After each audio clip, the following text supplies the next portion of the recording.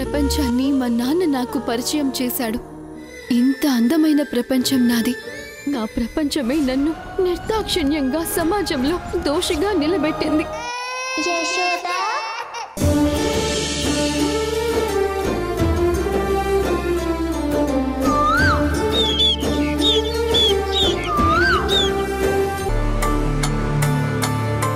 Madam నమస్తే. Madam నమస్తే sir.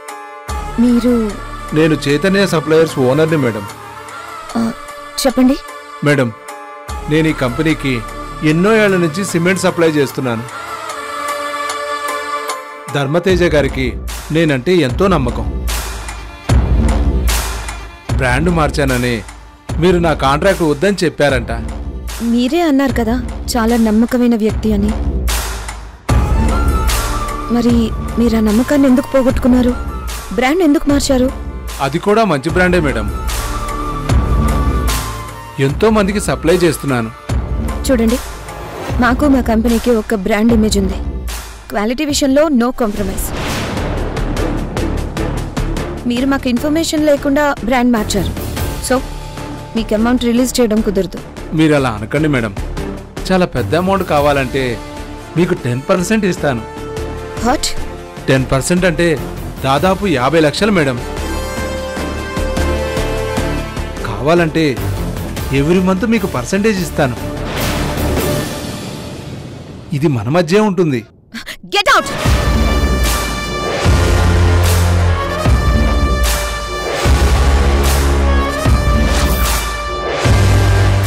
అది కాదు మేడం. How dare you! నాకే పర్సంటేజ్ ఇస్తానంటావా? Get out.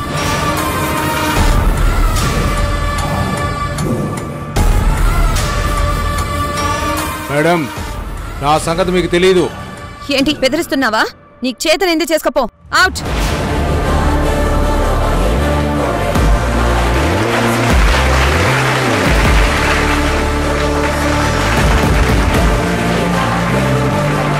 Very good Varsha, very good. నువ్వేంటో నీ నిజాయితీ ఏంటో ప్రూవ్ చేసుకున్నావు. గుడ్. సార్ నా అమౌంట్ రాలేదంటే నేను కోర్టుకు వెళ్తాను. వెళ్ళు, నీకెక్కడికి వెళ్ళాలనిపిస్తే అక్కడికి వెళ్ళు. ముందైతే బయటికి పో. చూస్తాను మీ సంగతి.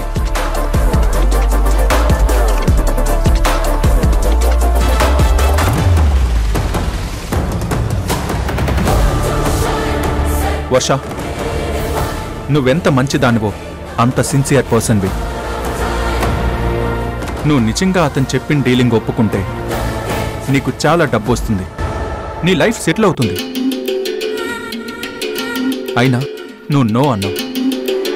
నువ్వు నిజంగా గ్రేట్.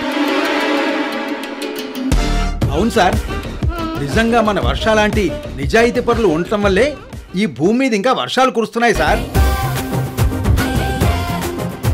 సుబ్రహ్మణ్యం గారు, తబలా ఆపుతారా? ఇది పొగడ్త కాదండి, మనసులోంచి వచ్చిన నిజం. ధర్మతేజ గారు లాంటి గొప్ప వ్యక్తి స్థాపించిన ఈ కంపెనీలో ఇలాంటి నమ్మకమైన ఉద్యోగస్తులు ఉండడం వల్లే మనం అందరూ సంతోషంగా ఉంటున్నాం. బిజినెస్ కూడా 3 పువ్వులు 6 కాయలుగా నడుస్తోంది. చూసావుగా వర్ష, నీ గురించి సుబ్రహ్మణ్యం గారు ఎలా మాట్లాడారో. నిన్ను చూడగానే నువ్వు నాకు బాగా నచ్చావు. నువ్వు ఎంత సిన్సియర్ పర్సన్వో నాకు అర్థమైంది. అందుకే నీతో నా పర్సనల్స్ పంచుకున్నాను. నా నమ్మకం నిలబెట్టావు. Keep it up. Thank you sir. Okay.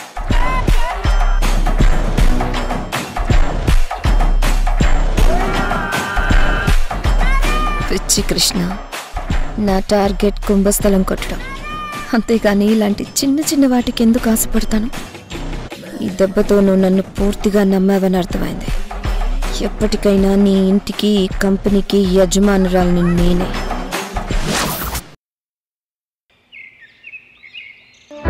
నాన్న కాఫీ తీసుకోండి. అమ్మా వదినా కాఫీ తాగుతారా? కాఫీ కాదమ్మా, ముందు వదిన్కి తినడానికి టిఫిన్ పెట్టి తర్వాత పాలివు తాగుతుంది. డాక్టర్ ఏమీ తాగకుండా ఏమీ తినకుండా రమ్మంది. వీళ్ళేమో తినేసి వెళ్ళమంటున్నారు. ఎలా తప్పించుకోవాలి? ఏంటమ్మా, ఏంటి ఆలోచిస్తున్నావు? టిఫిన్ చెయ్యమ్మా. అది ఇప్పుడు నాకేం తినాలని లేదత్తయ్యా. చాలా అనీజీగా ఉంది. వాటినే వేవిళ్ళు అంటారు. కడుపుతో ఉన్నప్పుడు అలాగే ఉంటుంది. ఏది తినబుద్ధి కాదు. ఏం తిన్నా వాంతొస్తుంది. ఆకలి ఉంటుంది. ఏది కడుపులో నిలబడదు. కొద్ది రోజులు ఆ బాధ అలాగే ఉంటుంది. తర్వాత మెల్లగా అంతా సర్దుకుంటుంది. అసలు కడుపులో బిడ్డే లేకుండా పోతే ఏ బాధ ఉండదు. ఏదైతే అది అయ్యిందని తినాలి. ప్రియా, టిఫిన్ పెట్టు. ఇడ్లు తినదునా? అది తింటే వాంతి కాదు. వండి తెస్తాను. నాకేం వద్దంటున్నానుగా. వదిలే. అది కాదదునా. ఆ అమ్మాయి వద్దంటుంది కదమ్మా, ఎందుకు ఇబ్బంది పెడతారు? ఇంతకీ రవేడి ఏంటన్నా? పొద్దున్నే ఎక్కడికి వెళ్ళావురా? అది నా ఫ్రెండ్ ఎక్కడో కుంకుమ పువ్వు ఒరిజినల్ దొరుకుతుంది తెప్పిస్తాను అన్నాడు. దాని గురించి మాట్లాడదామని వెళ్ళాను. కుంకుమ పువ్వు సంగతి తర్వాత, ముందు మీ ఆవిడని హాస్పిటల్కి తీసుకుని వెళ్ళు.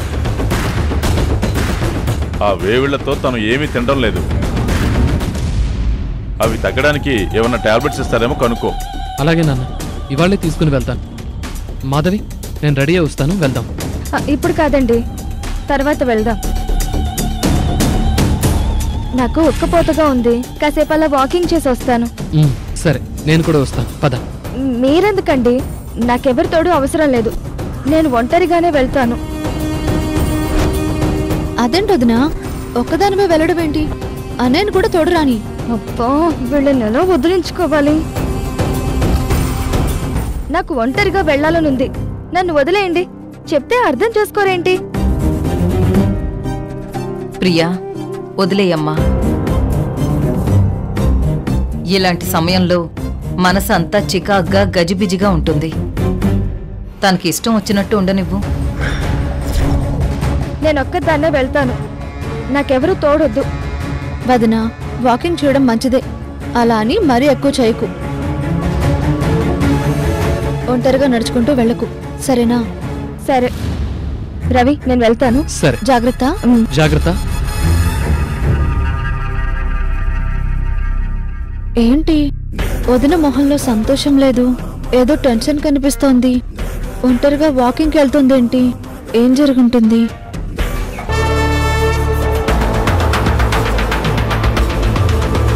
హలో అత్తయ్య. ప్రియా, ధర్మతేజ గారి గురించి ఒక చిన్న విషయం తెలిసింది.